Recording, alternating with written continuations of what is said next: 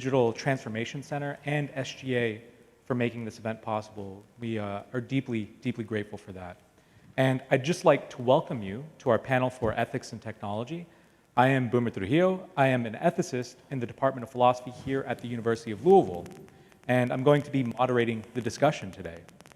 Today, we've assembled a group of panelists to discuss ethics and technology from various perspectives, and we have about an hour for discussion, and then we'll have a Q&A. So I want to introduce our participants for today's discussion. So first up, we have Beth Case. And Beth Case is the program manager for emerging and assistive technologies and the Delphi Center for Teaching and Learning at the University of Louisville.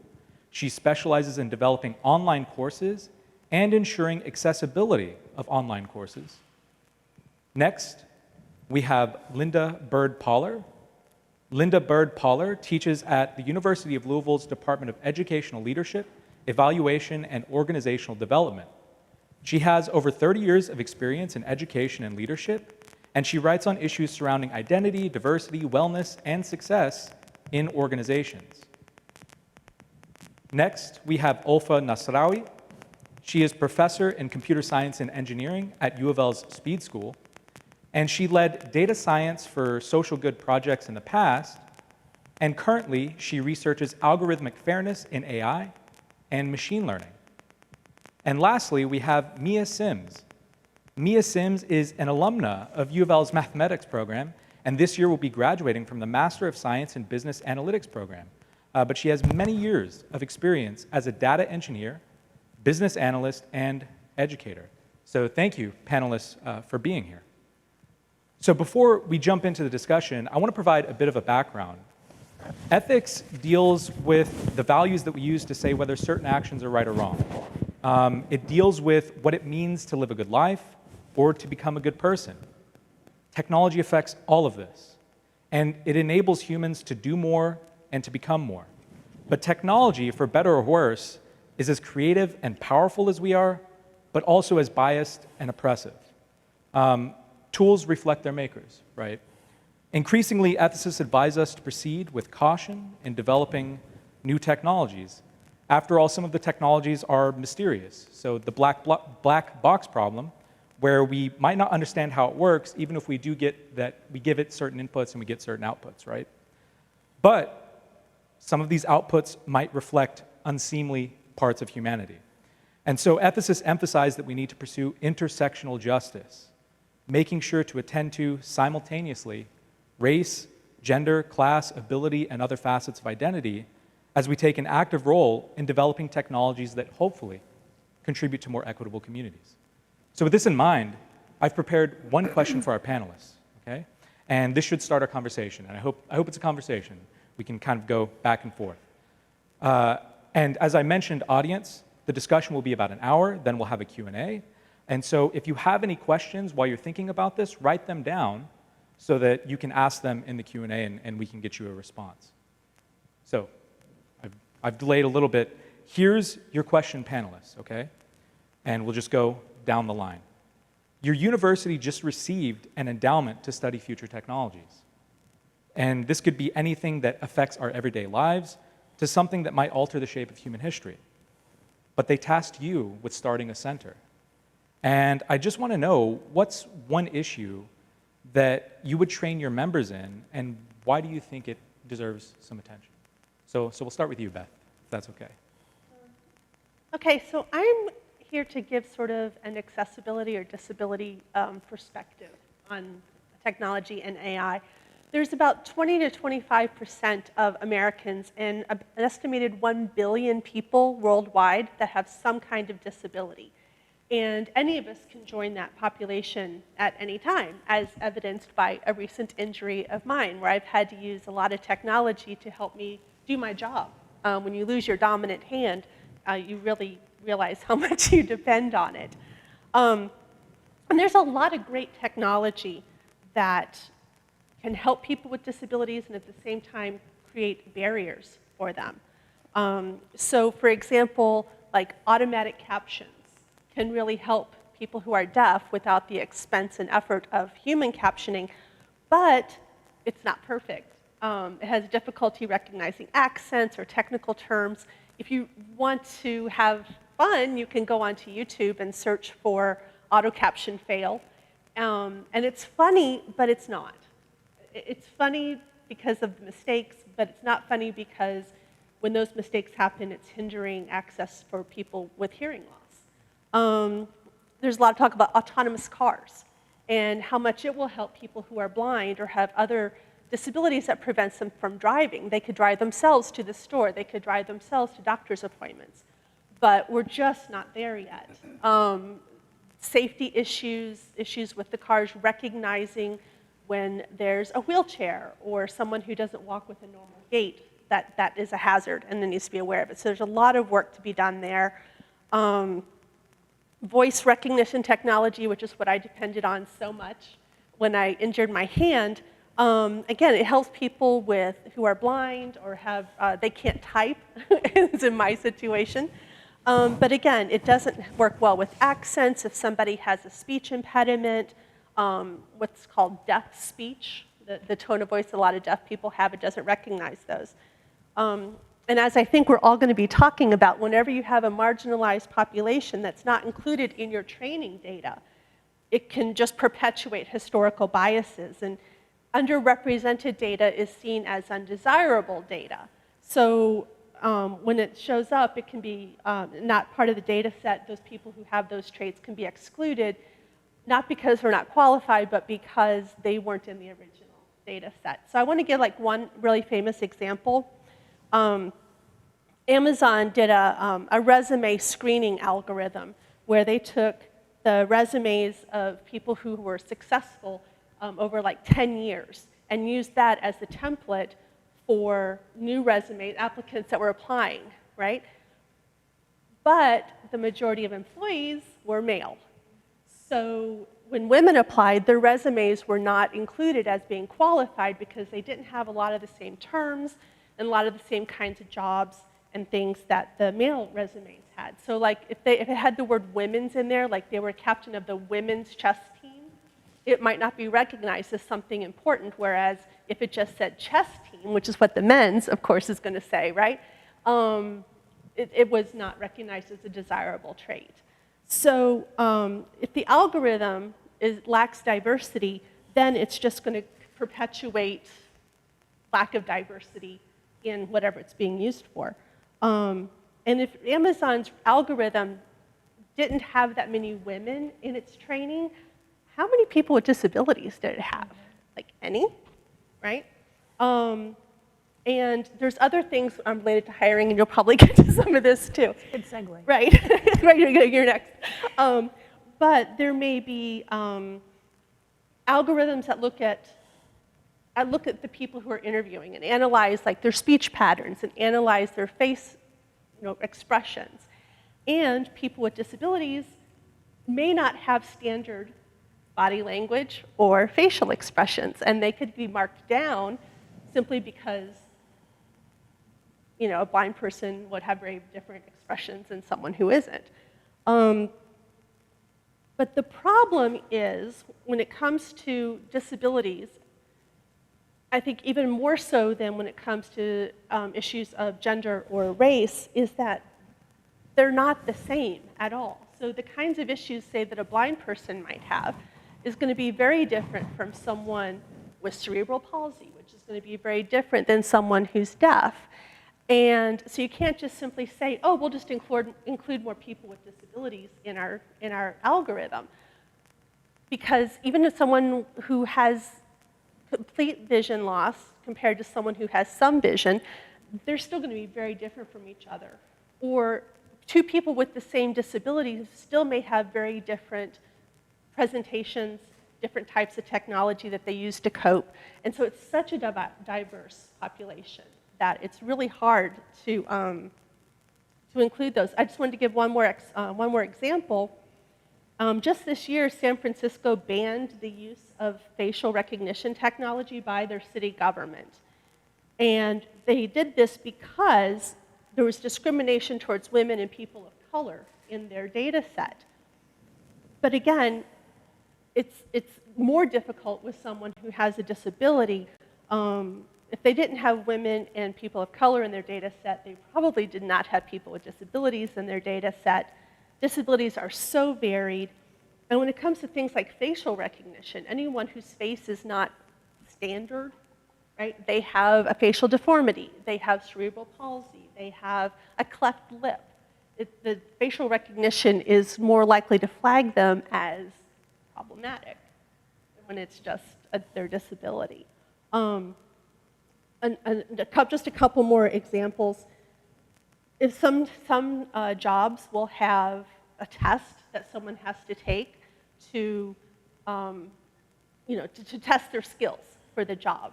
And oftentimes, how long it takes them to do that test is part of the assessment. And you've got someone who maybe needs to use assistive technology, they have a learning disability that causes them to read more slowly, they have a physical disability where they can't type the answer or move the mouse as quickly, and they're going to get lower rated. That has nothing to do with their ability to do the job or their knowledge. In addition to it being difficult to make generalizations about people with disabilities, a lot of people with disabilities do not disclose it. So because there is discrimination, there's a lot of discrimination towards people with disabilities.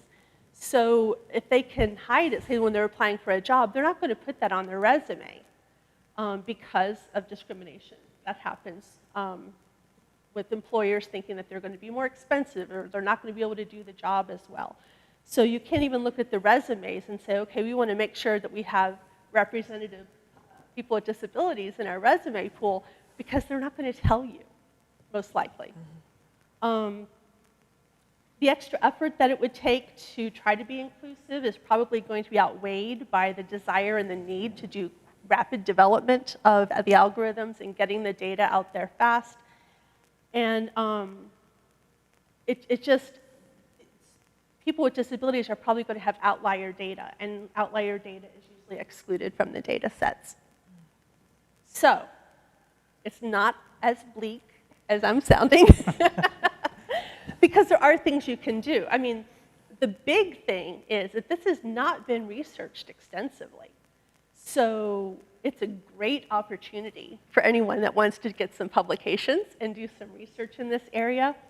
In fact, last year, I think it was, Western Sydney University got a grant for $700,000 to investigate artificial intelligence and how it can ensure equality for people with economic, social, and cultural inclusion, make sure that there's inclusion. I didn't say that very well. To make sure there's inclusion for people with economic, social, and cultural differences that also have a disability. So there's money out there, and there's the opportunity to really make a name for yourself in this area if you want to research it. Some other things that you can do, don't rely solely on AI to make important decisions, like who's qualified for a job, or who to fire, who's a credit risk, who's likely to commit a crime. Right? That's just one piece of data. You need to take other things into consideration and not depend totally on the AI, especially if it's something that might not apply to a marginalized group. Also, as you were saying before, these are all created by humans, right? So surveys, algorithms, the code, everything is created by humans. And the implementation, the use of that data is all done by humans.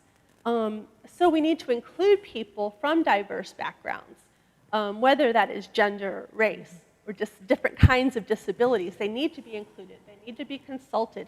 Have them on the team, right? You need to include those groups consciously. And then my final recommendation is document, document, document. You need to document who was included in your test data, what assumptions have been made, what steps have you taken to try to recognize and minimize bias. So you need to ask the questions, you need to document, and do the research. So I am going to close with just letting you all know that I have created a list of resources if you want to read more about this. see more about what's going on and some of the issues. And they are on my website. It's like a shameless plug here, but it was the easiest place I could think to put them. So it's at bethcase.com. And right there on the front page, there's a blog post that includes a lot of references that I found as I was researching this. Yeah, I mean, excellent. I mean, there's just so much good that you said there. I mean, just to recap, a couple of things is just like really paying attention to the technology and how we're making it, because very often when we're testing things, we assume that we're making a technology that's universal, but if we don't actually test it on universal humans of many races, abilities, et cetera, we don't get a universal technology, and we get something that reinforces some of the bad stuff. So that's the downside. The upside is all of the people here who are interested in jobs and technology are going to have lots of work to do, and something that's going to impact people and their lives and how autonomous they can live. So I really, really love that response. Thank you so much. So I guess to directly answer your question, if I had the money and I could do whatever, I would do this research. Yeah, excellent, excellent. Linda. Thank you so much, because you did a wonderful job of segueing right into human resources. And so that's what I'm representing on the panel today. In this center, we would have to populate it, right? We would have to hire folks to help in the work of researching as well. And so what I want to do is take a step back for a moment, because when we think of human resources, oftentimes we think of very transactional kinds of responses. And much of what we're trying to do now in HR is move towards a strategic business partner. And so we would have been at the table when this design of this facility would have been talked about. And we would have been a part of the research. We would have been a part of tying the roles of the individuals who we were trying to hire to the mission and the vision of the center. And so with that in mind, I just want to take you through the fact that human resources uses a lot of analytics already. And so when you think about talent acquisition, that's probably the first place that you go, because we look at resumes, which you talked about. We look at screening opportunities, and we use a lot of AI in those opportunities. We use them with performance management. And so when you think of how human resources uses AI and algorithms, we do that so that we can move from a more transactional kind of response to our human resources within the organization to a more strategic opportunity, so that we can be more human and relational to the people that we serve. And so when we think about how we're using those opportunities now, we use them in chatbots. We already use them for data aggregation. We take a lot of data in human resources. We look at retention. We also look at hire rates, how long it takes to hire someone. So we're constantly taking in a lot of data. But what we don't have is the time, oftentimes, to aggregate that data and to put it to the strategic initiative. So using AI is helpful because it allows us the time, right, to implement and also to then really serve those that we are here to serve. In selection, which is one of the areas, we do use it for recruiting. It helps us to look at individuals in their LinkedIn who have changed their status and who may be looking, and so, wow, that person might be a really good candidate for our new research center because they're interested. Or someone who is just about to graduate with a master's degree. We go, woo, let's talk to Mia, right? So it helps us in places we can't see. It helps us to identify patterns. It helps us to identify opportunities that we as humans just don't have the capacity to do as quickly as our AI and other intelligences can do for us. It helps us with efficiencies.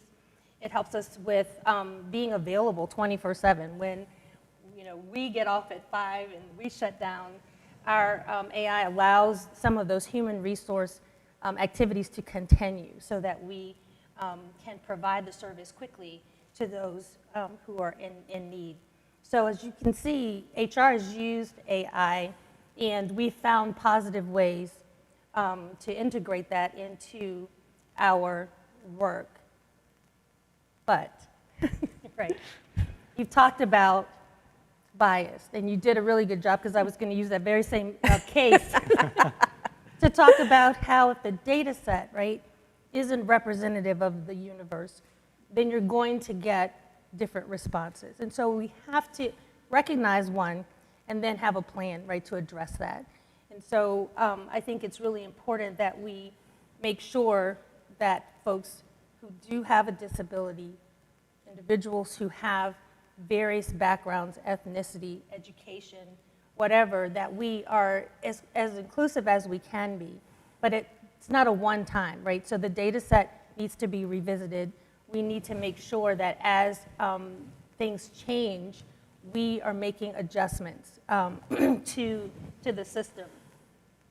This idea of ethics, right, with AI and diversity and inclusion, really, it's about, and you said this very well, it's not the tool, right, that's a concern.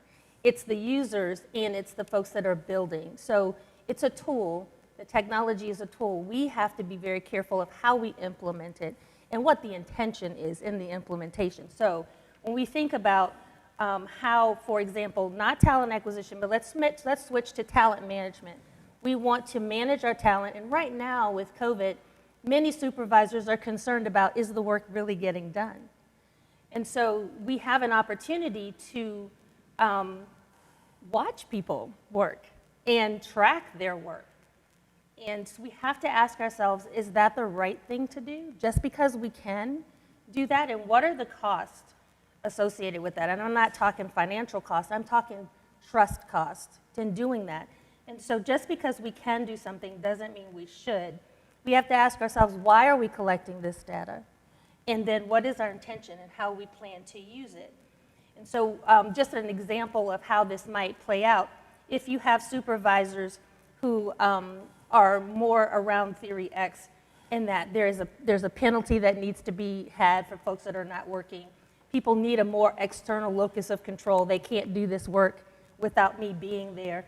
And there's this heightened sense of security or supervision, then we might see some uses of the technology and AI that are damaging and harmful and could be traumatic for individuals who we're supposed to serve.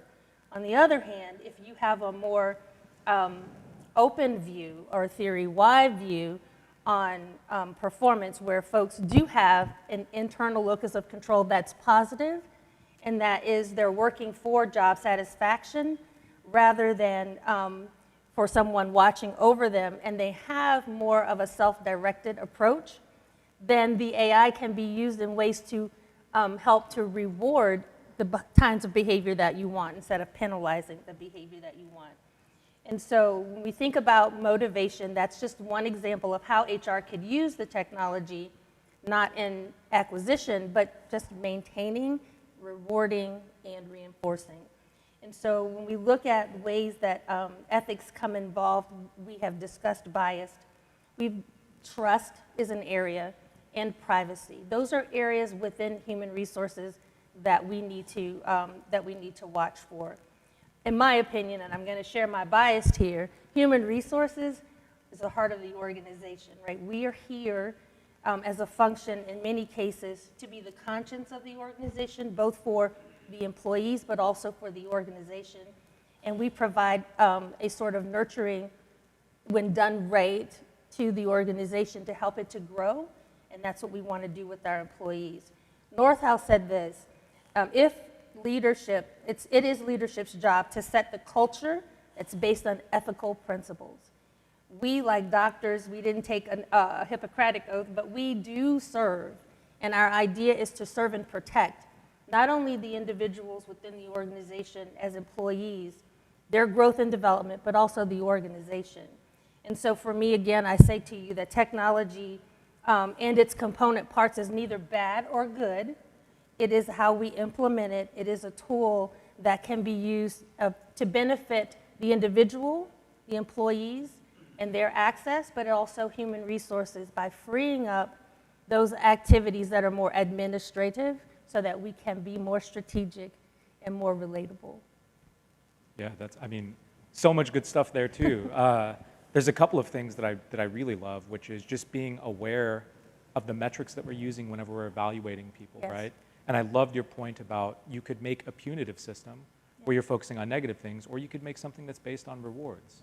Yes. And the other thing that I just really love about this comment was the one thing about always being aware of how things are changing. And so if you think about social issues and the way they've evolved in this country or around the world, we weren't always aware of the things that we're aware of today. And so we can't just like rest on our laurels, I guess, whenever we get, you know, a diversity representative or an algorithm that accounts for one element of diversity. We have to constantly be aware and try and revise and try and make sure we're getting better. And I think I'm hearing that in your comment, and I really love these first two comments. So Ulfa, would you like to go next? Yeah. Thanks for inviting me and for allowing me to express my perspective as someone who's coming from the other side, who's causing all of these issues and why we're on this stage making this debate, right? I come from a technological side, so I'm an engineer, I'm a computer scientist. I've actually been designing AI algorithms for several decades now, right? If I say more than that, I'll be revealing my age, which you can probably Google it. If I had, you know, a big amount of money to start a center that can make change in this area, I think the first thing I would probably do is hire Beth and Linda to help me out because, as I will try to express right here, it's really a big issue. And I'm talking about from the AI and machine learning, you know, algorithm design and use case perspective, right, specifically.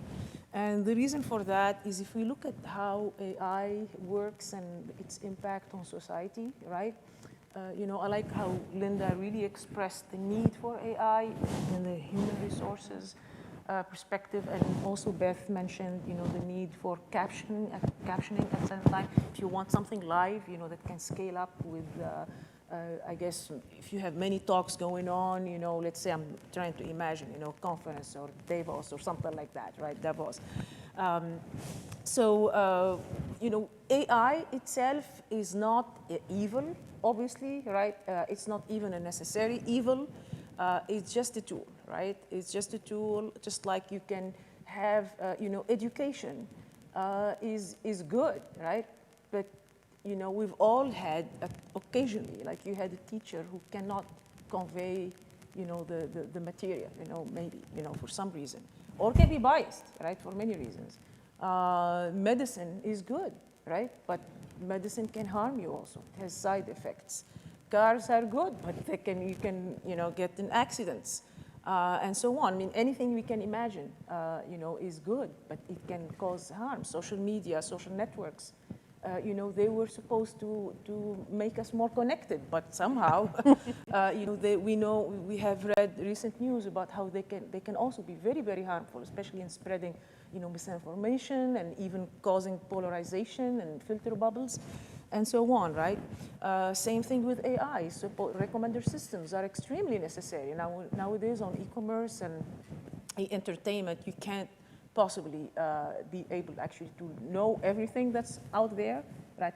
We needed the search engine, we needed the recommendation systems, right, to help us sift through all the, you know, the millions and billions of options out there, right? And it's used in education as well, and so on. But then on the other hand, you know, recent research has shown how they can also hide information, right? And that's just, you know, it was kind of like an implicit side effect. Of course, it was not explicitly coded, right? And so there is a lot of, you know, I think there is a lot of hype out there in trying to see AI as this dangerous, you know, monster that's going to eat us. So one of the things that I would probably like to do in my center is educate people about, you know, myth versus fact, as in almost every one of these contexts. That's why context is very, very important, as, you know, all of us here, I guess, have, you know, represent the context from different perspectives. But also, I would probably like people to understand the different stages of machine learning algorithm design. Because what's making AI so powerful and maybe so scary right now is really the recent developments and advances in machine learning algorithms. not like old-fashioned AI, which is mostly like knowledge representation and so on, and rule-based expert systems.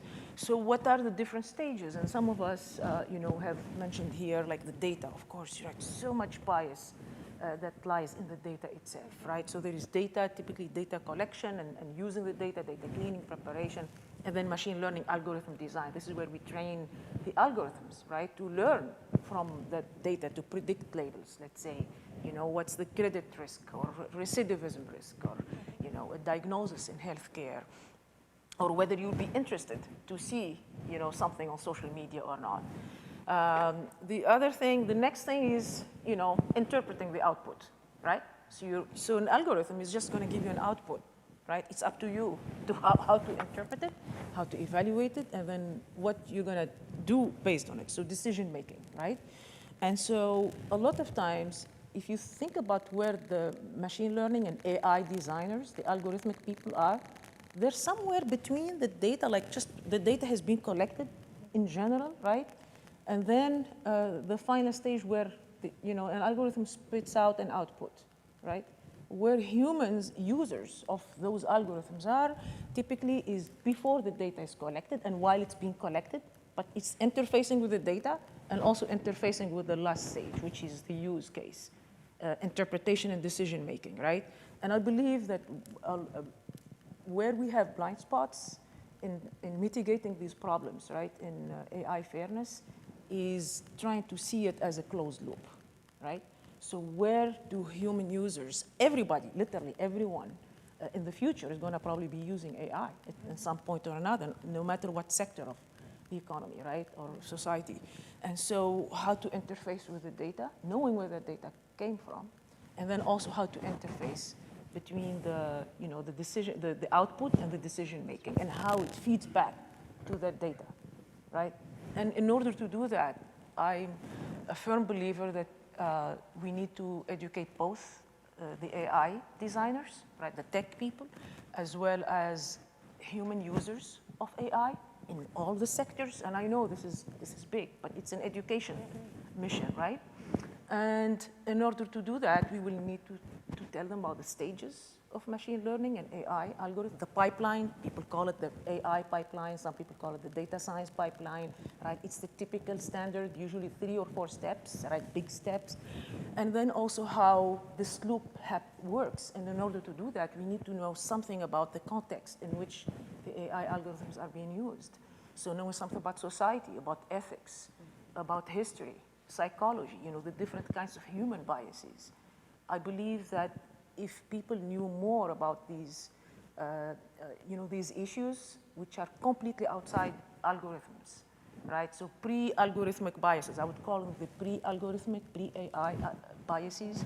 Once we know about those, right, we would be better able to both understand better the limitations of data and the dangers in data and data collection, and also in the decision-making process. For example, how unfairness can occur, in terms of metrics. So knowing about the fairness metrics, things like, the different group imparity or unfairness in false alarms. Typically, this is like one of those standards, right? Different kinds of adjusted entropy measures. These are all technical things, but they have specific meaning in their impact, right, on people's lives, like in screening. So I would try to have, obviously trying to break the silos, most likely between many different disciplines, because I would need to have educators from many different disciplines, not just, people who work on diversity and bias, people who work on history, because there are historical injustices that led to those biased data, right? Data sets. And then also, algorithmic people like me, the people I educate all the time, and how these things work together. And hopefully we'll have a research component, because I believe if we bring all these people together under one roof, we'll be able to not just educate, but also mitigate, right? So we will be able to create better systems and better algorithms.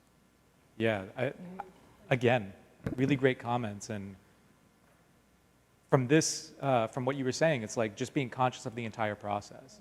The humans in collecting the data, the humans in interpreting the data, and then I love how you're saying how those interact. You know, these things are dynamic processes, they don't just stop. And then the other thing that I really like is the interdisciplinarity that you're kind of espousing here. One of the things that I heard the keynote talking about was just the variety of majors of people that could participate in something like the data science field, right? And you're saying different people with different perspectives and different training can contribute to this entire process. So I think that's fascinating. I'm glad that we had a technical person who can kind of help us, because like ethics is kind of a soft skill, right? But yeah, you have the technological stuff, and I really appreciate the comments on development and helping us to consider how to actually do those things and not just have pie in the sky stuff like philosophers are usually doing. Yeah. Mia. All right, thank you all for having me here today to kind of talk from a student perspective. First thing that comes to mind for me is when I talk to my family and my close friends about what I'm studying, data analytics, what I do, data engineering, they kind of just shake their heads and smile, like, oh, that sounds interesting. But they really don't understand it in the way that they understand what a doctor does and like a doctor's impact on the world or a lawyer's impact on the world. So for me, the first thing that came to mind was just education. Educating everyone that anyone can do this, and educating everyone that data is everywhere and it's used in everything. No one is isolated from data, from its usage, and from the consequences of it being collected. We blindly consent to things all the time, and knowing that that data then affects what we do later. Like on social media, you add a friend, well, that friend that you added just affects how an algorithm is going to associate potential other friends on social media. So even things just as small as that, we interact, we use, we generate data all day long. I have a million devices in my backpack right now. I have my phone, my computers, and all those different things, and they're collecting data almost constantly about me and the way I interact with the world. So for me, one of the first things I would want to do is help the layman. Someone who's not a technical expert, we're always talking to non-technical experts. They're experts in something else, but maybe not so much the data process, about what we do with the data, how we can construct it as an engineer so that they can use it for whatever process they want to use it for. So being able to kind of break down what I actually do and explain that, I feel like for me personally, to a younger audience, so when they get older, they have a better understanding, and they also know about this career path as well. That's one of the things that I would really want to focus on as far as bringing technology. If I had an endowment to play with, that would be one of the things that I would want to focus on, is bringing technology to everyone, understanding what data is, how it works, how it's collected, how it can be used, how it can be leveraged to help. I think that would be where I want to focus most generally. Yeah, I love that, and it's echoing some of the other points about education. So that reminds me of the ULFA point of making sure to like talk about the myths, Yeah. like the stuff that scares us. But I also like this general thing of how is anyone going to know what any of this means if we don't teach them? Exactly. Right? And this isn't a new problem. This has happened with a lot of technologies in the past. Just think about things like, driving, which I'm sure most of us did to get here today, or using a cell phone or whatever. All of these things took general education, and they would blow people's minds to a certain extent, like they had no exposure to it in previous generations. But looking forward, right, I am one of these lay people that you're talking about that needs more education, and I love that you have that public-facing sort of thing where you're trying to make sure that we understand what we're doing. One thing that this kind of reminds me of, and might be a silly example, is like some of my students really love TikTok. I don't know if you know this, but one of the common phrases is, I ruined my algorithm. They'll just be really frustrated. I ruined my algorithm because they liked the wrong video, and it starts recommending all of the stuff that they don't like, right? And that's just like an innocuous interaction that suddenly affects a ton of other stuff, and that's just like TikTok, right? That's not even including whatever data social media is collecting on us. So that's fantastic. Thank you so much. No problem. So I guess one question that I want to ask the panelists, and I didn't give you all heads up on this, obviously. I just heard the keynote just really emphasizing soft skills and critical thinking and that kind of stuff. And so just in a broad sense, what are some of the qualities that you like in a person who works with you on things like this? So for example, humility, right? Because you cannot approach some of these talks, whenever you're talking about race or gender or whatever else, if you clam up and you just like are really afraid of being wrong and not addressing these things, it's just not gonna be a good sort of deal, right? Or just like a willingness to get better. Are there, I mean, maybe this is a more HR oriented question, Linda, maybe you can start us off, I don't know. But yeah, what are the kinds of things that you would like look for in other people, or how do you approach your own research to make sure that you're doing these things that you're hoping that you can do? Does that question make sense? Oh, it makes perfect sense. I think that immediately when you ask the question, I'm thinking empathy, right? We need to definitely have that in our back pocket. Just to even come to the table, we need an open mindset that we don't know everything, and what we do know can be expanded upon.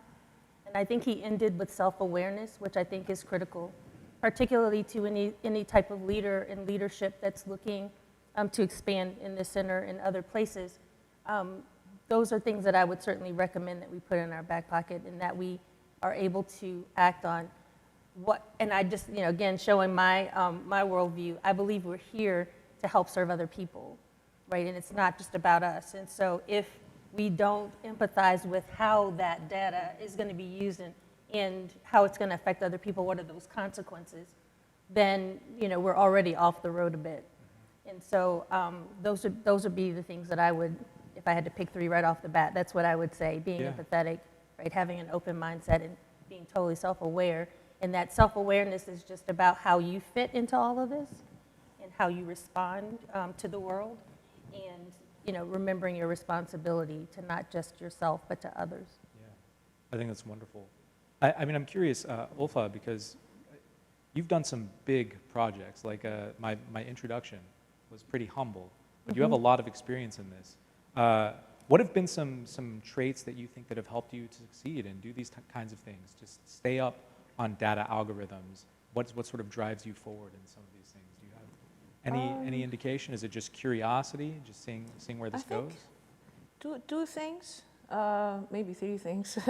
One is curiosity, right? Yeah. And that is something that a lot of scientists really have. I mean, it's not, I'm not, and many of us, not just scientists, artists have it, teachers and learners, but just being curious, right? So I remember back in, before people were talking about this fairness in AI, I was like, looking at, because I work on recommender systems, right? And then I started reading about filter bubbles, and I said, there has to be, a way we can measure this, right? How can we do this, like scientifically, because we talked about myths and facts, right? I can't do anything with myths, I need to be able to measure things because I'm a quantitative person, right?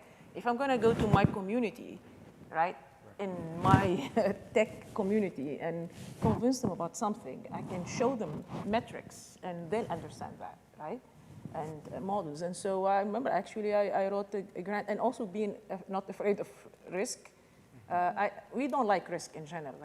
We don't like to be disappointed and crushed when we because you're talking about we talked about funding, right? I actually wrote a proposal to National Science Foundation. This was in I think I started working on it maybe 2013, right, with a colleague of mine from cognitive science, and we got it rejected at first, and then we got it, we worked on it a little bit, showed some preliminary data, and we got it funded.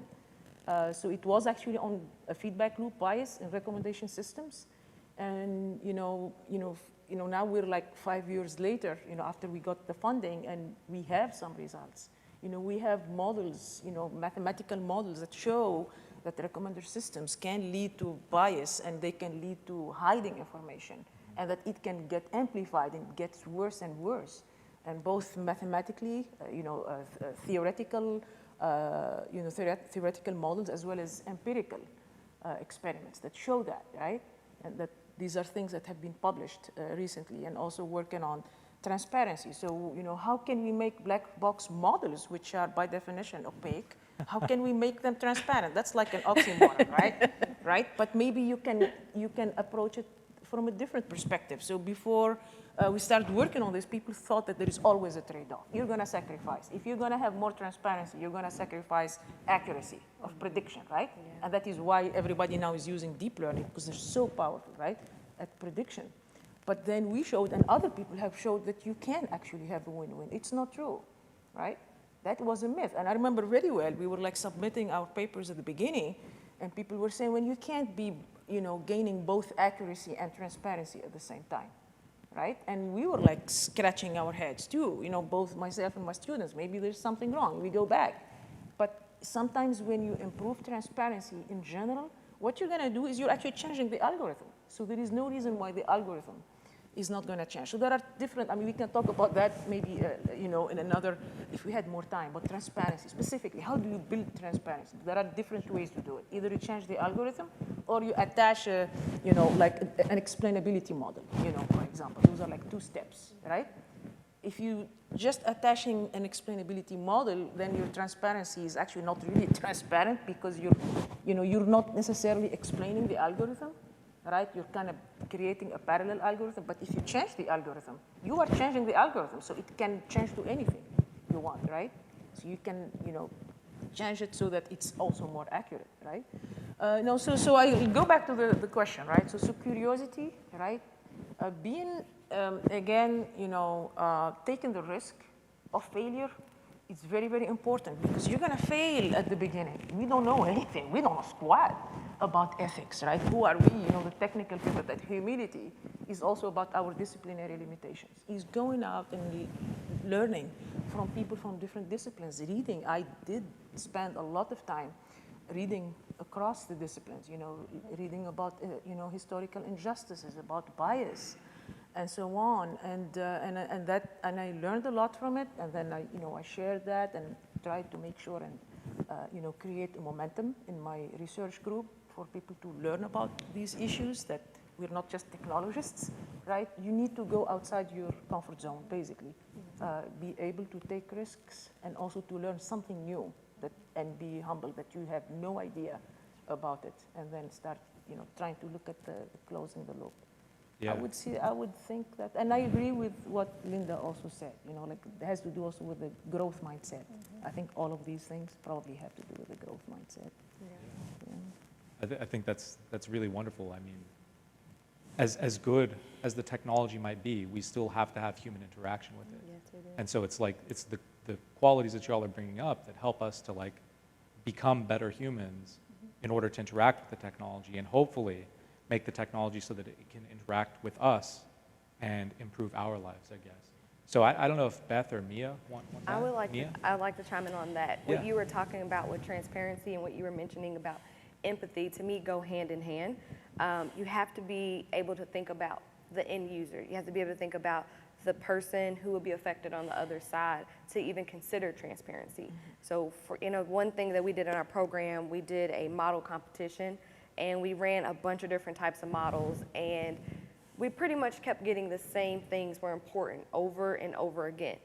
Now, we sacrificed 3% accuracy, and we used a simpler model that was easier for our end user to use and understand on their own, because that was what was important to us. All of our models were giving us similar results, but at the end of the day, it's not about being the most correct if no one understands what's going on. If I give you something and say, you're gonna get you, $1 million tomorrow, you're still gonna ask, well, how?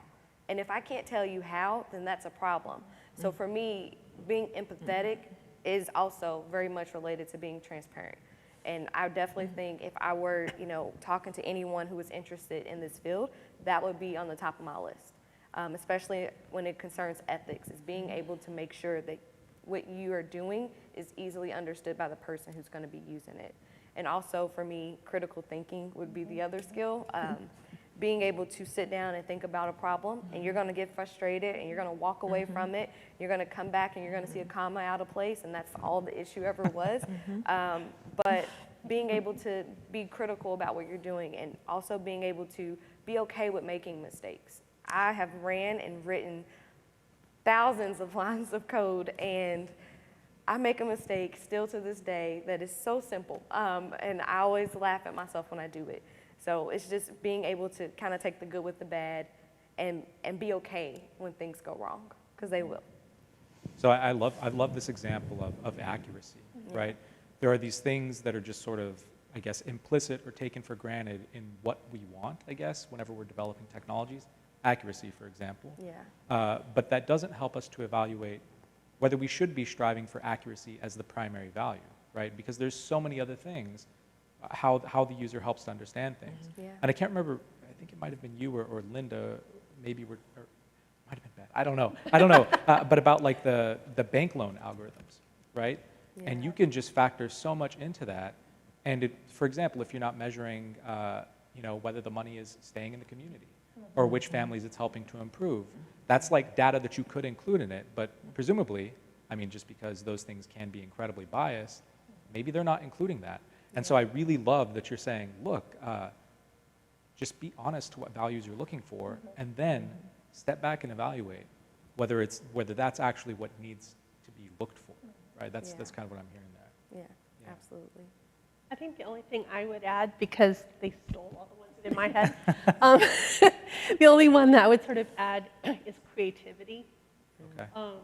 And not doing things the way that they've always been done just because that's the way they've always been done. Or that's how you were taught, and we were talking about this earlier, that's how you were taught in school. Education may be sometimes a little bit behind the times in implementing new concepts and new ways of doing things. Not to criticize education. But if you've been taught how to do something and then you go to the job and it's always how they do it, you have to be creative it gets back to being open-minded and to being, and all the stuff that you guys said, but sometimes you have to be creative in how could this be done differently? And be willing, as someone mentioned, to keep learning, right?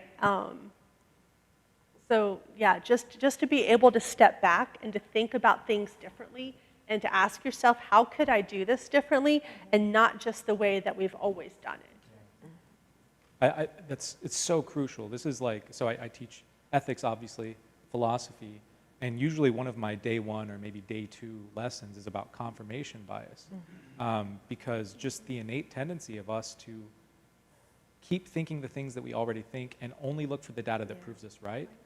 And it's really painful. I guess you get good at being humiliated whenever you're a philosopher because we say some really weird things. But the painful process of trying to prove yourself wrong, right?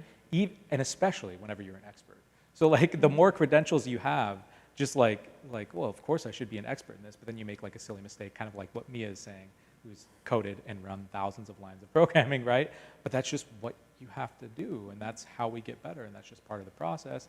And also it's like, I find that a lot of people don't really mind.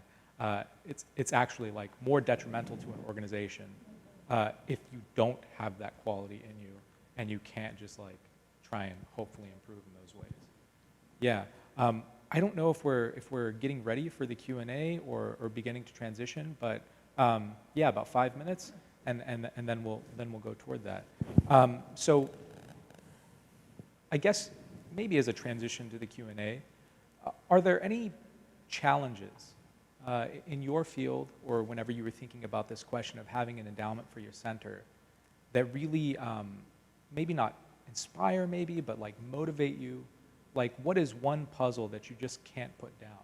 So like something that, I wouldn't say it keeps you up at night, but an idea that you keep coming back to that you think is going to influence how we interact with technology, right? Because it's about ethics and technology, and I'm just kind of wondering, what element of technology just kind of like fascinates you and that you want to give more attention to? So maybe it's returning to the original question a little bit. So I don't know if anyone would like to start. I see some like some thinking looks on all your faces, but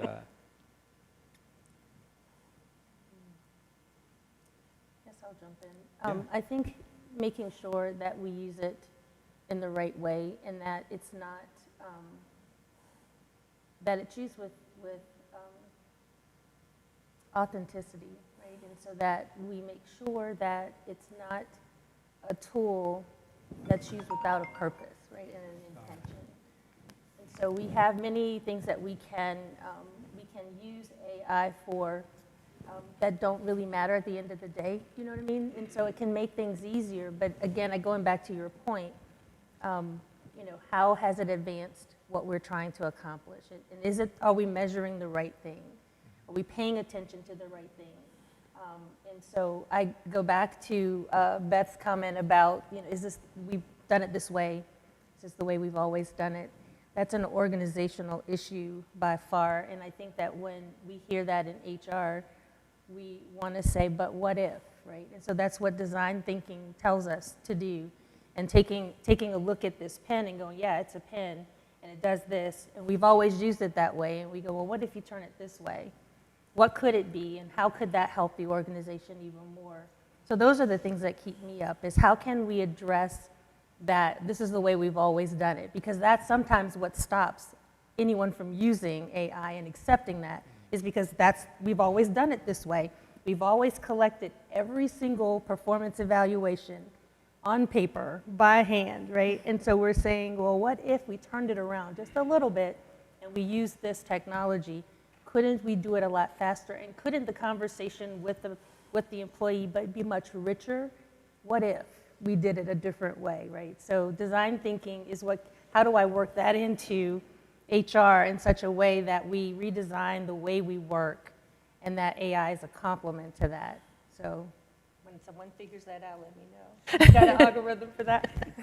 Not yet. Not yet, okay. No, but I love that, because I think that's one of the big general concerns with technology, right? Balancing that cautious, critical thinking concern, because that slows things down, right? Slows things down, with also just like maybe the curiosity that Olfa was talking about, the humility, the creativity, of seeing if we can do things better. Right. Because I mean, like that's at the heart of justice. Some people, whenever they're fighting for justice, they're a little trepidatious, because at least with what we have today, we kind of know what we're getting, right? We don't know what the future is going to be like. But if that's what we did, we wouldn't make any big advancements on pretty much any issue, right? And the same sort of thing with technology, which is kind of what I'm hearing here. What if we changed up how we do this HR process? And sometimes it doesn't work, but other times it leads to a huge improvement, right? And that's really incredible. So I don't know if anyone else wants to add to that. Beth? I think the thing that is on my mind, and I don't have a solution for it, but it's on my mind, is privacy. Because, I mean, I talked specifically about people with disabilities, but a lot of the issues that I talked about are also an issue for women, or people of color, or other, disenfranchised minority groups. And, I mean, there was a research project where they submitted the exact same resume with either an Anglo-sounding name or an ethnic-sounding name. Right. And and everything else was exactly the same, and found that the person with the Anglo-sounding name got the interview, whereas the ethnic-sounding person did not. They've also done that with gender, with a female name and a male name, and found that with the exact same resume, the males got the interview more than the women. So I think when you're collecting your data on whatever it is, that people may have a tendency to not to want to reveal that information, to not necessarily want to identify what their gender is, or what their heritage is, or if they have a disability. So we may not even know how much of these groups are being included in that data. So I guess my concern is, like, how can we get that kind of information so we can make sure that the algorithms are representative while maintaining the privacy of the people providing us the data? And I don't know how we do that. But I guess that's kind of like a big picture issue that I have, is that, we're talking about trying to make your test data representative of the population. But how do you know if you're achieving that if people won't tell you that information? So. Yeah, and I've noticed that there's like even differences between countries, right? So I spent a year in Germany as a Fulbright, and one thing that people are kind of like, Americans are horrified by over there, is whenever you're submitting a resume, you submit like a portrait, which like some of my HR friends are like, what? Like what? That's like the opposite of what we're trying to do. Like we want to be as objective as possible. And so, Germany is like obviously a super industrialized country and has lots of stuff, but that's just like a simple practice that can happen. And if you're working with a team that's in multiple countries, sometimes you have to have these conversations like, how do we select for the right kind of candidate or whatever else. So I think we're beginning to get some questions, but I definitely want to leave some space for Olfa or Mia if you want to add anything to these concerns as far as issues that you keep coming back to. You can't get them out of your mind. For me, an issue that I can't get out of my mind, which I have no solution for it presently, would be bias in search engine algorithms. For me, if I want to find a new hairstyle, every time, braids, black women. Because if I don't, then the hair that's going to come up doesn't look like my hair, and I can't achieve that style. So for me, that has been one of the best things about getting into this world, talking about ethics, talking about bias, has done for me is just being able to walk into a space and say that out loud, because I know so many people who deal with those kind of biases, just as simple as a Google search, trying to find someone on Google who looks like them and what they're searching.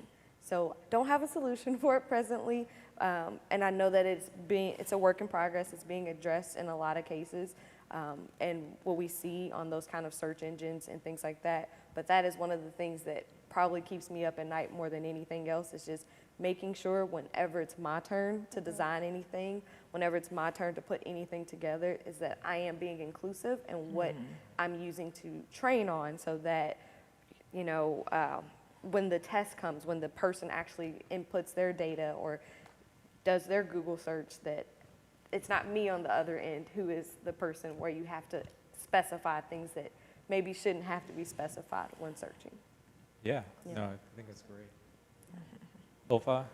Yeah, I'll add something just as a follow-up to what Beth mentioned about privacy, right? So there is an area actually in machine learning which is called privacy preserving data mining, where it's specifically about designing algorithms that, take into account privacy, but try to achieve as good an accuracy as possible, as if you had that data, but the private data, but you're hiding it. But I am not sure they are really looking at fairness also. So that is actually It still does challenge. depend on the Yeah, person and an self-disclosing it. Yes. Or, so, yeah. It's And nice to know they're looking at it, though. And I also, chime in with what Mia said, who, by the way, I would love to recruit into my center too, right? Because she's going to be on my side of things, the tech person with empathy and everything. I need a team member. And what Mia mentioned also, and all of us really have been talking about also, is like, how to be able to forecast unfairness ahead of time in a totally open world, right? Obviously, the Google search engine designers didn't put in that bias explicitly, right? But it's there, right? So how to, engage the user somehow in the design process, maybe, and also how to conduct experiments. For me, that's what sometimes keeps me awake. How do I conduct experiments that don't cause further harm, but still allow me to model bias and unfairness and how to mitigate them, right, and so on. It's really hard. So often we have to resort to simulations because that's the only ethical way to do it, actually. You can't just unleash an algorithm, and see, let's see how it's going to happen. I mean, people do it in the e-commerce world, but you can't do it in every context. Yeah. I want to pull out something that she Go said for and it. emphasize it, because I'm not sure that it was as strong as I would like people to get. There is bias, but it's not intentional. Like, people aren't purposefully creating biased algorithms. And I think that that's important, because it could I could see people getting defensive and being like, well, I didn't do, well, yeah, nobody does it on purpose. So I just she said that, but I wanted to pull it out and bring attention to that. The data may be biased, but that doesn't mean the people doing it are. Right?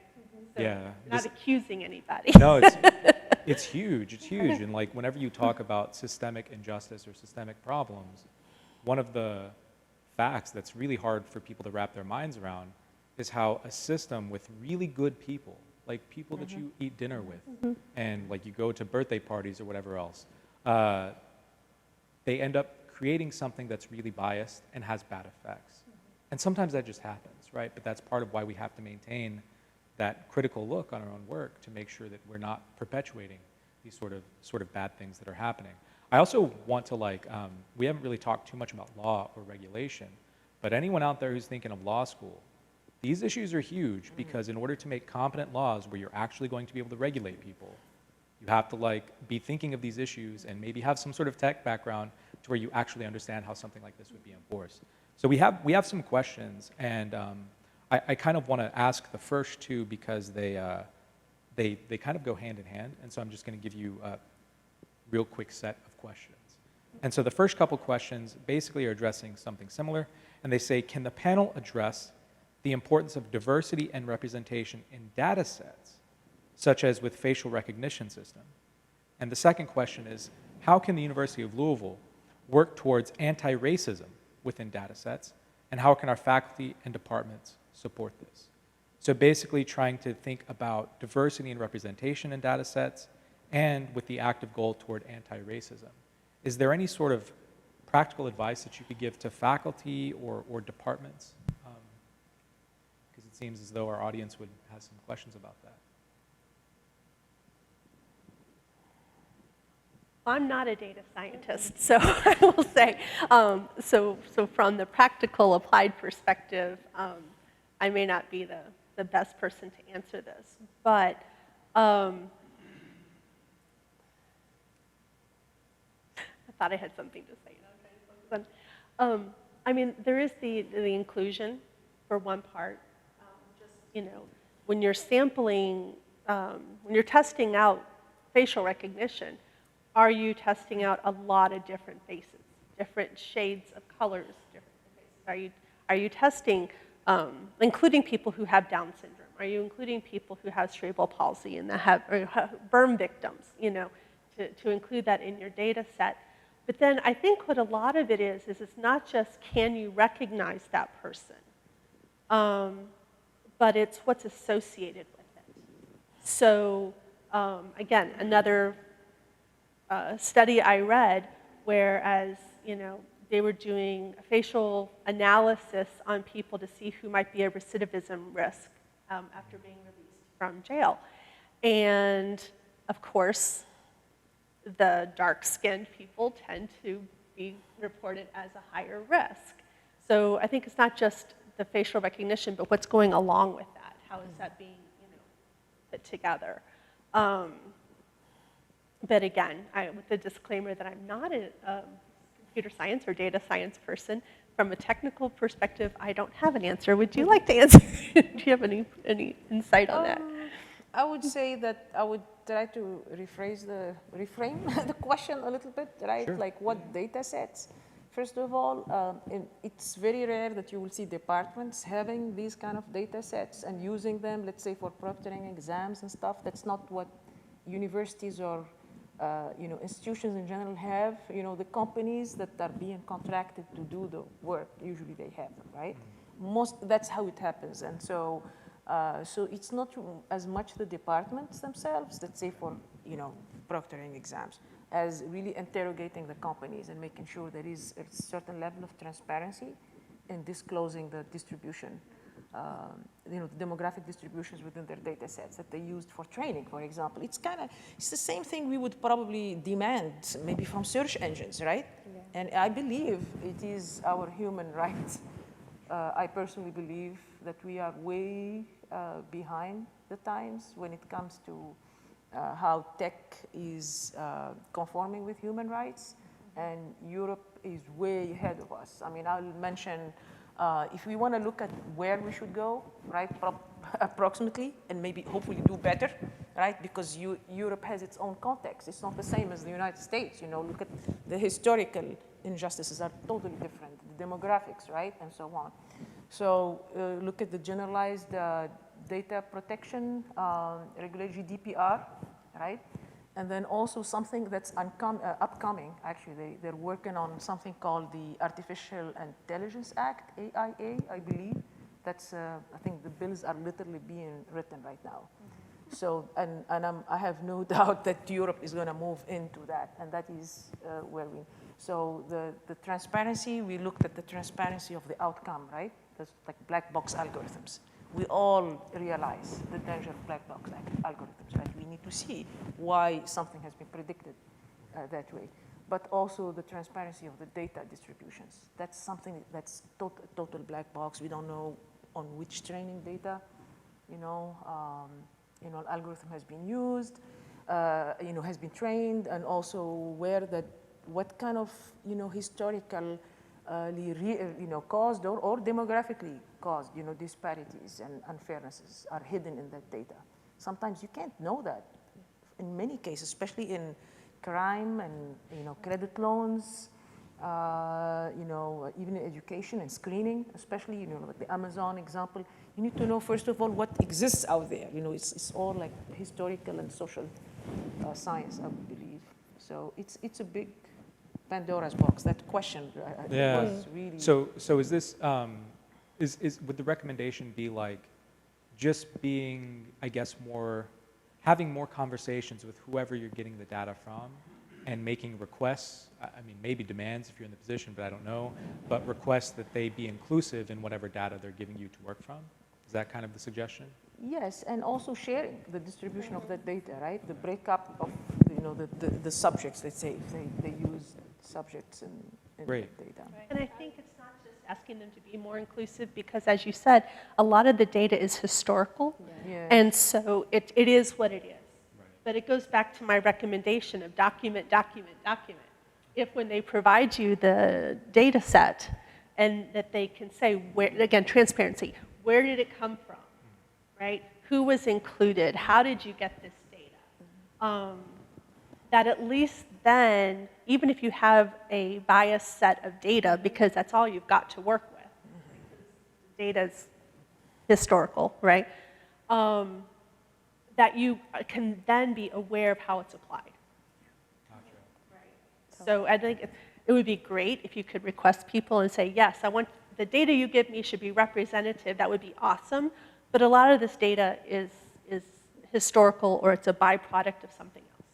So I think it goes back to the transparency and documentation of where the data came from and who was included in it. So with the awareness that there's a good chance it's biased, but at least now I know what the bias is.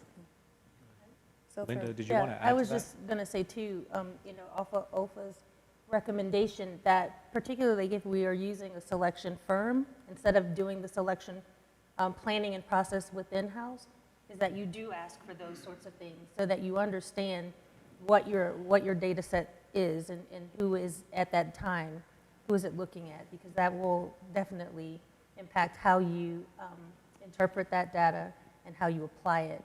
So that would be one example that I can think of within HR right off the bat. Okay.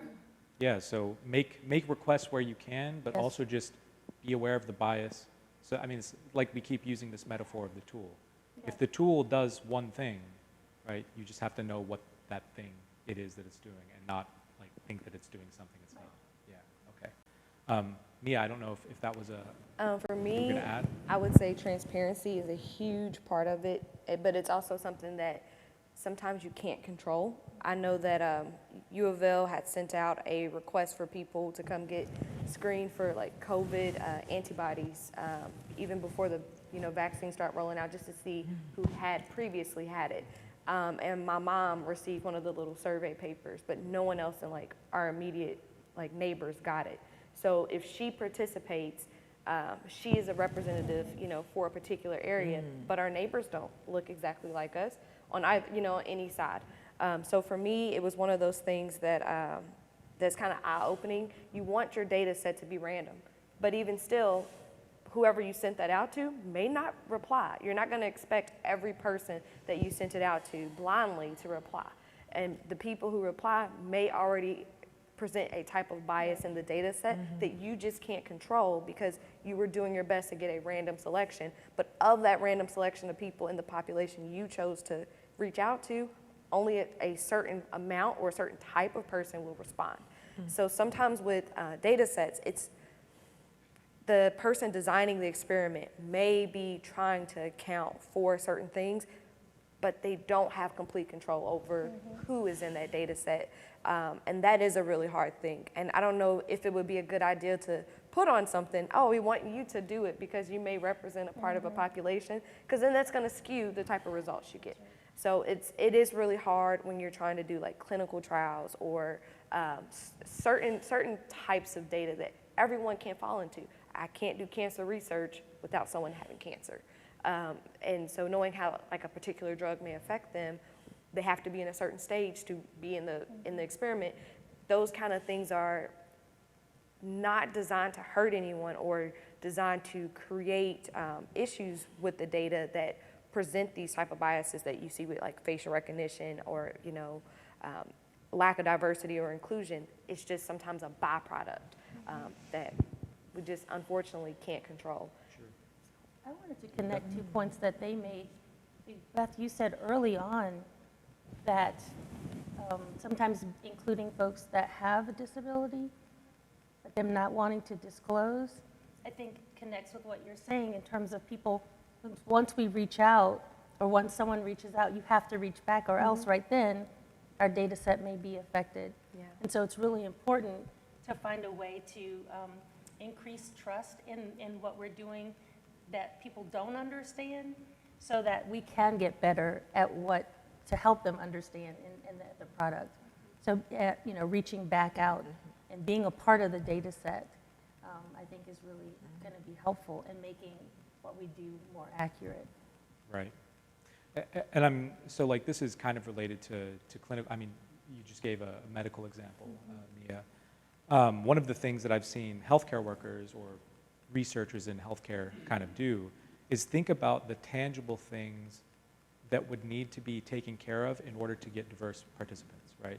So childcare, rides to and from a clinic or whatever, however you're collecting the data, but just the practical stuff, because, you know, if you don't make accommodations for even the practical stuff, depending on what kind of data you're gathering, you might unknowingly be narrowing in your data set in a way that isn't going to be compatible with your research.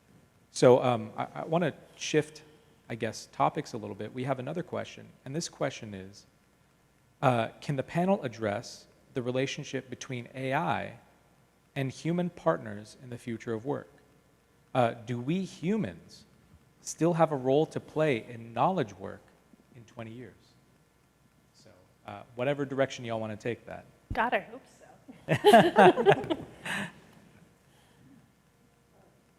I mean, if you had to make predictions, what do you think? I would say for me personally, being in a business analytics program, we work with data. Data gives us information. Information helps us make models. Models gives us output. But that's it. That's all the model is going to do. It's not going to tell me from that output what the business should do. It's still kind of on the human to interpret that and give recommendations. So a big part of what we do in our program is talk to people who, you know, are running the business. We're designed to help, you know, CEO levels don't have time to think about how that data looked and what it's led to, but they want to know what do they need to do to drive their company forward. So for me, I think no matter what, interpretation, recommendations, and implementation is always going to be of human concern. No matter how advanced a model gets, the model is only as good as the person who built it, person using it, and the person interpreting it and delivering those results and deploying the results out into the world. Ditto. Yeah. I'm like, mic drop on that. Definitely. Olfa, are you wanting to add something there? Yeah, I think that, again, this is probably something that can be addressed by really a much closer and deeper look at myths versus facts, right? Sure. Really, AI is actually pretty good at doing tedious tasks that are cognitively not very hard, actually, that are, you know, easy, can be automatable. You know, things like looking at the X-ray image and pointing out to tumors, stuff like that. You know, it's very repetitive. If you have to do it for I don't know how many X-rays, especially if you have to do it in a video. Look at how many frames, right? Yeah. You know, radiologists have a lot of, but you know, so AI, there is literature that shows some of the recent AI systems can do obviously faster work, but also more accurate work than experts, right? Where AI finds a challenge is in work that's not necessarily repetitive, actually, but is much more tedious. Actually, where a lot of cognitive load is needed. You know, creativity, you know, problem solving, taking into account context, things, you know, like in the moment, we humans can take into context. I know what Mia has just said. You know, maybe it brings up some, you know, memories, things that I know also, maybe Linda, right, and so on, and that makes me possibly, you know, think about things that I wouldn't have thought alone. So these are things that are really hard to pre-train in machine learning and AI models, which is why, you know, creativity, you know, art, even like problem solving that takes into account empathy. How do you encode empathy in an AI algorithm? You know, good luck with that, right? So I believe that there is so much in our cognitive thinking as humans that depend on other things, you know, not just our own experience, our lived experiences, what we know, our communication, like in real time, and also empathy, emotional intelligence, and so on, that is very, very hard to encode in AI. Anybody who tells you that they've done it is probably working with a toy data set or something like that. That's probably not true. Yeah. That makes sense, that we can't really out-compute a computer, but we have a lot of other skill sets that just aren't in AI, I guess. Yeah. So 20 years is kind of like the recent future. So that's hopefully that helps to answer that particular question. Okay, so here's a particular question, kind of like switching, and this question is for Dr. Nasraoui. And this person asks, can Dr. Nasraoui speak to the work of the Athena Advance Initiative, and more broadly for the panel, how can we as educators help to create a diverse data science workforce? Is this for me or for all of the panelists? For me in particular? Thank you. So how can let me ask that again.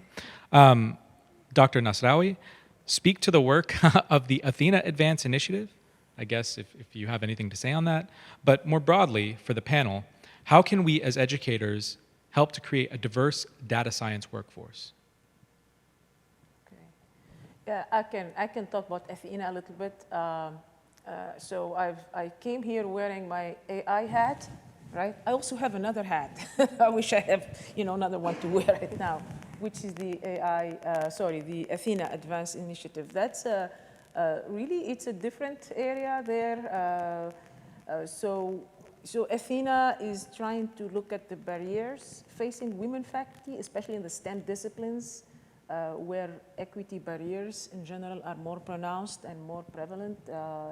And so on. So we're talking about, you know, representation, so lack of women at faculty, lack of seeing, you know, full professors, especially, you know, women who you know, make progress through their career and so on, advancement, as well as, you know, trying, and so what are those barriers, right? And so one of the things that Athena is working on is trying to change the recruitment process, so the search and recruitment process, so that the process, obviously the recruitment and hiring process really has a lot of stages, right, in different facets, and any one of them can be affected by inequities, right?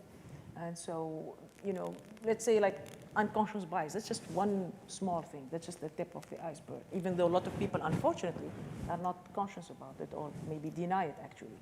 And there is literature that shows that a lot of people tend to deny that there is unconscious bias even after they've been shown the scientific evidence actually that it exists, you know, literature and publications and so on and experiments. So that is one thing, but there are other, you know, factors in the process. For example, using rubrics, taking the time, deliberating, and so on, diversifying the pool, right, and so on. So, that is one thing. The other thing is working on retention, and that is, for example, via mentoring, so better mentoring programs to help improve advancement. And underpinning all of this, obviously, are two pillars. First is education and awareness, and also data capture and transparency. So there is a big data part, data science, I would say data capture and science and monitoring as part of that, which underlies that. And this has to do mostly with, this is more, I would say that this is both an organizational equity and opportunity, problem or opportunity, and also a social justice problem, because having women, still disenfranchised, especially in the STEM disciplines. I mean, we know it in the AI and the technology field. Mia mentioned some of these things, like and Beth as well, right, and Linda.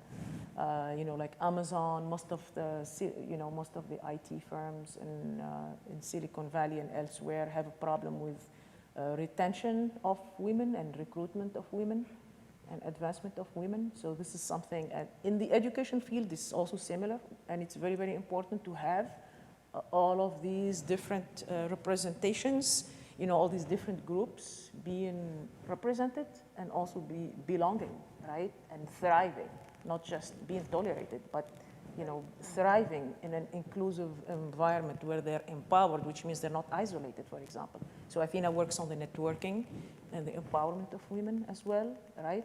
And because especially for faculty, it's very, very critical, because the faculty are the ones in the end of the day who, show up and teach the students.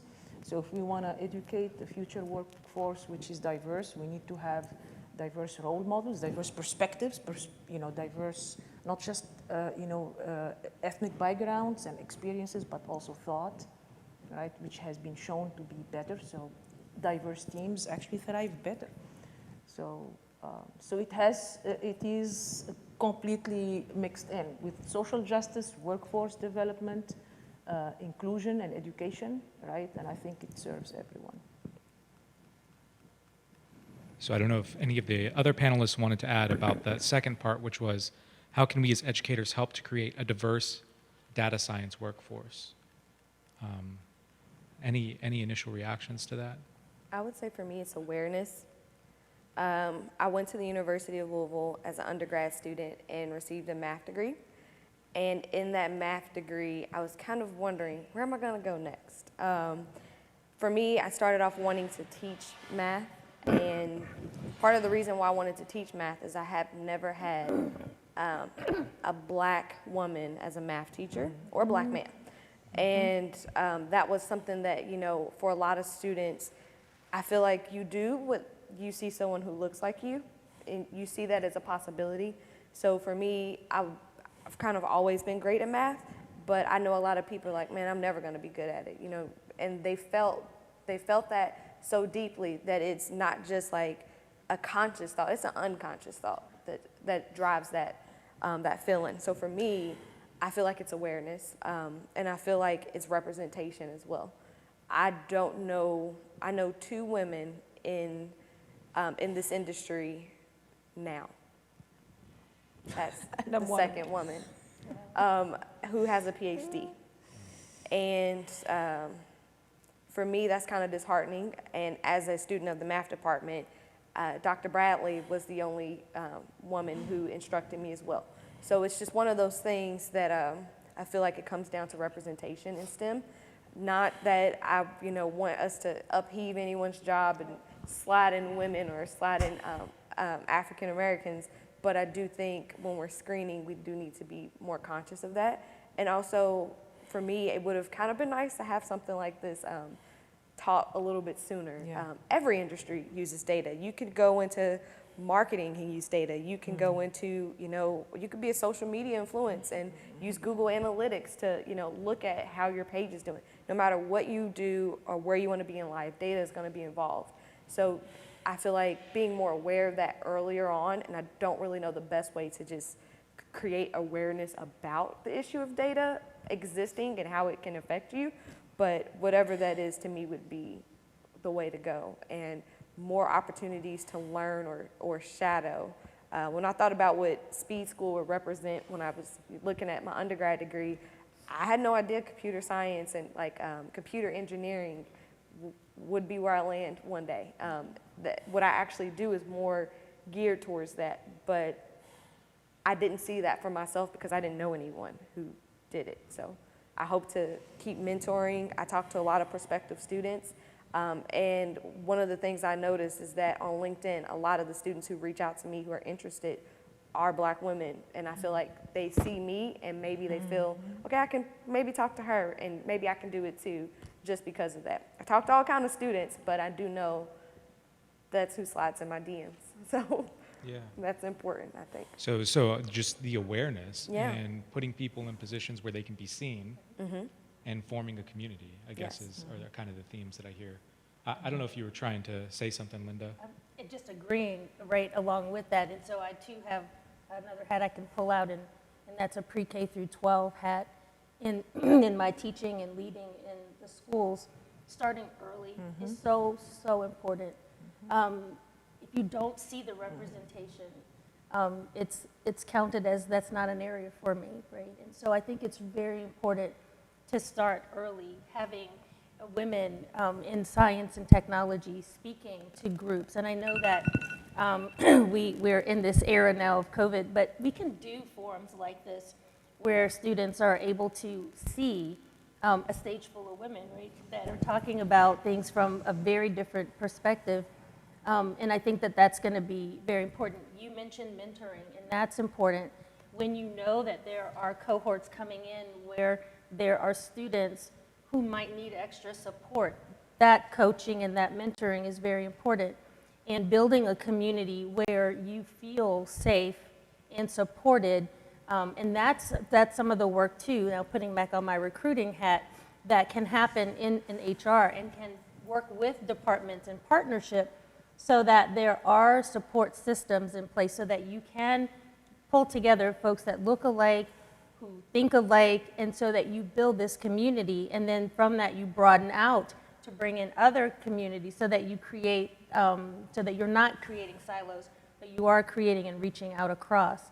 But I do think it's important for young people to see various types of people in all kinds of walks of life and in all different kinds of careers, because there is a place for them at the table, and we just have to show them what that is for them. Yeah, I think that's great. Beth, do you want to add something? I think No? they've covered it. Okay, good. So I mean, going off of that, I want to ask, like, do you have any general advice for allies? Because I'm assuming that a fair part of our audience isn't, necessarily they aren't women, or they aren't, transgender, or they aren't people of color or anything like that. Is there anything that maybe you wish you would see in allies more? Someone who is like just more run-of-the-mill, standard, status quo kind of person. What can they do to help promote something like diversity? Does that question make sense? What are some things that you'd like to see in people who want to move this forward but aren't members of these particular groups? So from today's discussion, one thing that I realized is that students who have disabilities probably are still going to be, have additional barriers that you can't account for. So that's something that I would like to start thinking about more personally. When I think about allyship, I think about doing what you would want someone to do for you who isn't you. So for me, thinking about people who have disabilities more and how, accessible technology is important, that is going to be a big drive for me personally moving forward as an ally to that community. And then also for students who maybe have language or cultural barriers, I feel like that is something that we also need to be conscious of. Certain holidays come around and, people have different customs and traditions. Just being aware of that and making sure you're not, putting strain on people or making requests of people that you know that they can't do or commit to during that time. That's something that I try to be conscious of as well. I'm just thrilled. I'm just saying that I have reached somebody on this stuff, you know. I think from the disability perspective, again, I mean, recognize that a specific individual does not represent an entire population. But to ask the questions, to listen to their opinions.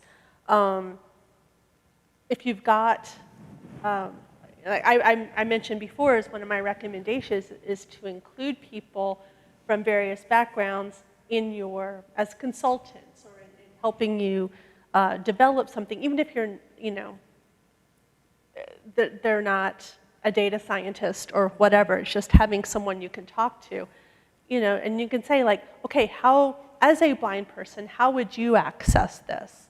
Or, you know, and realizing that one blind person is not representing the experiences of every blind person out there, just like someone who's black is not representing every black person out there. But you have to ask, if you're not in that population, you don't know. So you have to ask the questions, and you have to listen to the answers. Yeah. So, I mean, I think that if we're talking about diversity, equity, inclusion, and justice, and wanting allies, for me, understanding that diversity is much larger than a single person, as you just said. I don't represent all African American women. And so we've talked about recognizing that we want diversity, and diversity is good. In order for us to get to inclusion, we have to have some sort of recognition of who the individual is. I need you to see who I am, right? And I need you to see that I have a disability. I need you to see that I'm a woman of color and whatever else I want to disclose to you. But then once you've made that recognition, then listen, right? Include individuals, and not just at the table. We can have a beautiful array of people around the table, but if we're not including them and reaching out and listening to their voice, then we're right back to diversity with no recognition and not included. And so we can't get to equity and then ultimately justice without walking through all those things. And so I say lean in, listen and learn, find out what you can do. One individual, commit to that, and then once you do that, link with someone else and get something else done. Yeah, so common themes in a lot of these comments is make sure that you're talking to people different than yourself if you're an ally, then actually take the time to listen and try and figure out what that means and try and institute something. Like just, so I mean, one of the obvious problems would be tokenism, right? Where you do have diverse people on a panel or whatever, but you don't spend any time at all reforming the institution. So that's kind of what I'm hearing. So I think maybe we have time for 2 more questions. And one of them, and I'll just highlight it before I ask the question that I want you to actually answer, is the one that I kind of figured would come up. Any recommendation of books or articles or resources for the stuff that we've been talking about today? So just keep that in the back of your mind. But before we do that, I think we have time enough for one more substantial question, which is, can the panel address how AI shapes the information that we get access to on social media? While it may be profitable to create information echo chambers, how does this affect society? So I think they're just asking for the effects of AI on social media and information and how that might affect us. Anyone have insight to lend here? Ulfa? I can go ahead and start with that because I would say it definitely has an impact, right? And that is something that a lot of people have been, of course, studying, right, from in different disciplines. But I would recommend looking at some of the recent papers from my lab. I'm usually the last author in them, and because they're co-authored with my students. And some of them do look at how polarization emerges as a result of this problem with information filtering, right? So try to look at that. But basically what happens as algorithms affect what you see and don't see, right? In the end of the day, it comes down to that, right? What happens is, in general, if you have polarization, which means if you start with, as in any society, right, with people divided into, camp blue and camp red, or, and so on, you will see actually a more divergence. Take an algorithm, right, the same algorithm, right, that's filtering information, and we tried this with diverse models, with the exception of probably just random recommendation, which is not an algorithm, obviously. You can't just, pick randomly. You will end up with increasing polarization. And we even have algorithms that try to mitigate that, try to, depolarize as much as possible to reduce the polarization. So it does affect social media. It does affect, I think polarization is probably the direct outcome that you can probably see, but also because we're talking about hiding information that's being hidden implicitly, of course. None of this is explicit, by the way. These are like just side effects, right? Is that people may not be able to see diverse perspectives about the same topic, and that definitely leads to shaping opinions, right? In the end, and further and further divergence. That's just one thing, right? Of course, it can impact also economic prosperity, as you can imagine, with, you may have certain products being visible just because you have popular items also have been seen to be over-popularized by algorithms at the expense of unpopular, items or niches. Think about independent artists and music and so on, and I believe there is also literature that showed that Spotify has kind of hidden gender bias in its music recommendations. That's just an example, also another example. Yeah, I've definitely seen some research on this in like YouTube algorithms. And so YouTube is an interesting platform because there are boring people like me, academics. I'll put lectures or whatever on there for my students. But then there's like a lot of entertaining stuff, obviously. And one of the things that some researchers have looked at on polarization is just how you can sort of like one particular video, and then it recommends something else that other people who also like that video. And before you know it, you're in a very extreme part of the internet that you had no intention of visiting, but you got there because of the algorithm. So I'm just like giving an example. You just said everything, but I just said something else. I don't know if you wanted to add, Beth. Well, I think there's kind of an inherent contradiction, right?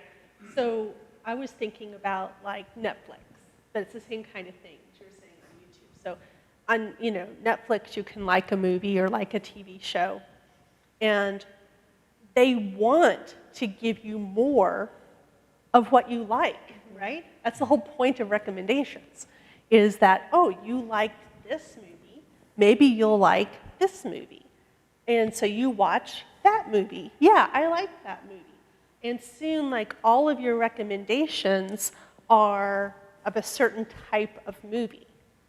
Whereas, I don't know, maybe there's a foreign language movie that is really good, or a documentary that would be really nice if more people watched it, but it's never getting recommended to me because all of my movies are action hero movies or something, right? So the whole point of recommendations is to give you more of the stuff you liked, but it becomes like a tunnel where it's excluding things that would give you a broader perspective, as you're saying, less silos and not so much polarization. So it's like an inherent conflict, right? How do you give people what you think they would like, which is the point, while still perhaps exposing them to some other things?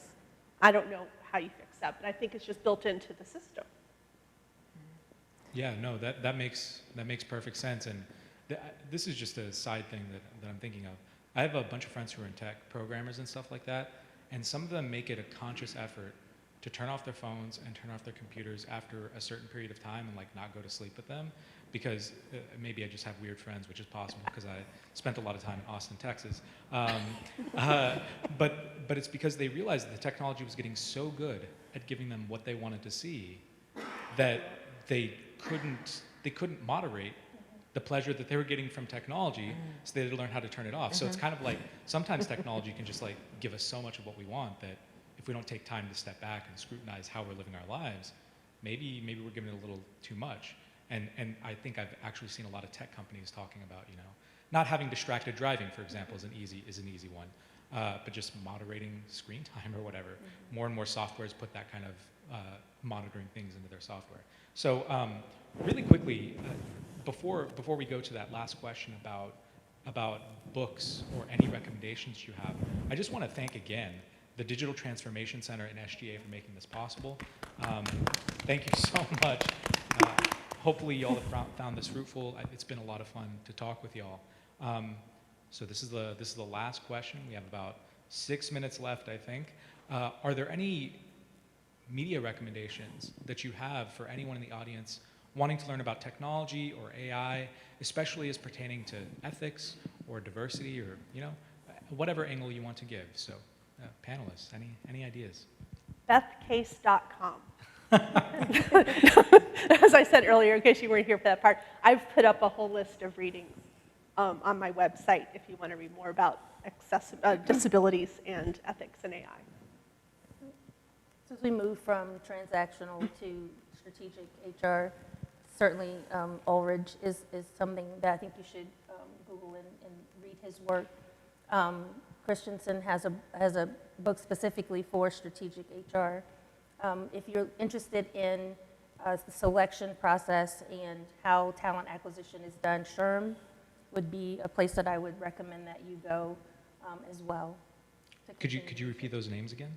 Yes. The first one was David Ulrich. David Ulrich. Christensen, and I blank on his first name. That's The okay. book is Strategic HR. And then SHRM is the Society for Human Resource Management. Okay. And plethora of information, not just on talent acquisition, certainly talent management, all the areas within HR. I would recommend, a start there as well. Great. Ulfa? I would highly recommend a film. This is really more about bias against women in STEM disciplines. Film that Athena has screened actually for free and had a panel about it last year. It's called Picture a Scientist. That gives you an idea about the different facets and perspectives, about how, gender bias emerges. It's almost never actually explicit. It's always done by good people, right? As we say, Right. There is also a book, I think called Blind Spot, and the undertitle is like Hidden Biases by Good People, I believe, by Banaji Grunwald. That's kind of like, the canon or, the Bible of learning about bias. And again, she's a neuroscientist, so, she uses a lot of, rigorous science to try to show that. And then I'll talk about like fair AI. So there is a book called When Is It Discrimination by Deborah Hellman that talks about, because when you start looking at fairness in AI, one of the biggest questions is when is it discrimination, right? Okay. So another one called Fairness in Machine Learning, Limitations and Opportunities by Solon Barocas and colleagues. But also there are other AI tools, fair AI tools. IBM has one, it's called AI Fair 360 Degrees. Google has something called the What If tool. Microsoft has something called FairLearn that's coming out of their responsible AI initiative that they started in-house. And then there is something called Bias and Fairness Audit Toolkit by Aikitas.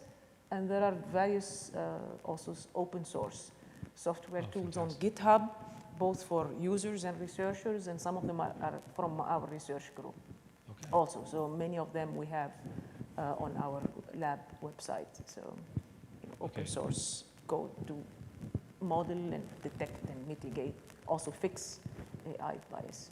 Great. So just to repeat, Imagine a Scientist, which is a film? Picture